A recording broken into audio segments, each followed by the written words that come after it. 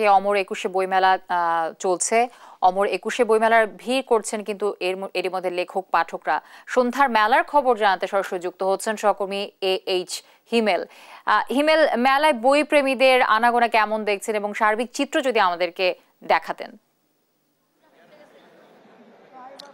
যদি আপনি যেমনটা বলছিলেন, আজ চতুর্থ দিনের মতো বই প্রাঙ্গণ কিন্তু জমে উঠেছে। অর্থাৎ এখানে বেলা ৩টার পর কিন্তু পাঠক সমাগম আসা শুরু করেছে এবং তারা কিন্তু তাদের যে কাঙ্ক্ষিত বই সেগুলো কিন্তু তারা দেখছেন, বিভিন্ন স্টল তারা ঘুরছেন। আর আমরা এখানে যেটা লক্ষ্য করলাম, বিকাল ৩টার পর পাঠক সমাগম কম থাকলেও কিন্তু সন্ধ্যার পর কিন্তু বেশ পাঠক সমাগম দেখা যাচ্ছে এই বই প্রাঙ্গণে।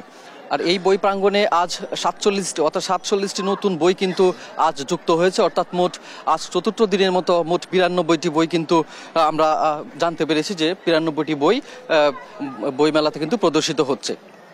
এখানকার যে পরিস্থিতি, সেখানে আমি বিভিন্ন পাঠকের সাথে কথা বলার চেষ্টা করেছি। তারা কিন্তু বিভিন্ন স্টল ঘুরছেন, তাদের নির্দিষ্ট বই, পছন্দের বই দেখছেন এবং তারা কিন্তু বিভিন্ন জায়গায় বিভিন্ন স্টল এবং পেভিলিয়নগুলো ঘুরে ঘুরে দেখছেন এবং বইগুলো কেনার চেষ্টা করছেন।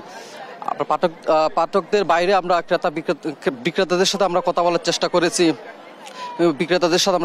চেষ্টা করেছি। তারা কিন্তু বলছেন যে পাঠক সমাগম থাকলেও তেমন শুরুতে কিন্তু তাদের সেরকম বই বেচা কেনা হচ্ছে না। তারা আশা করছেন যে বইমেলার যে চতুর্থ দিন তার পর অর্থাৎ দিন বাড়ার সাথে সাথে কিন্তু তারা আশা করছেন যে বই বিক্রি হবে।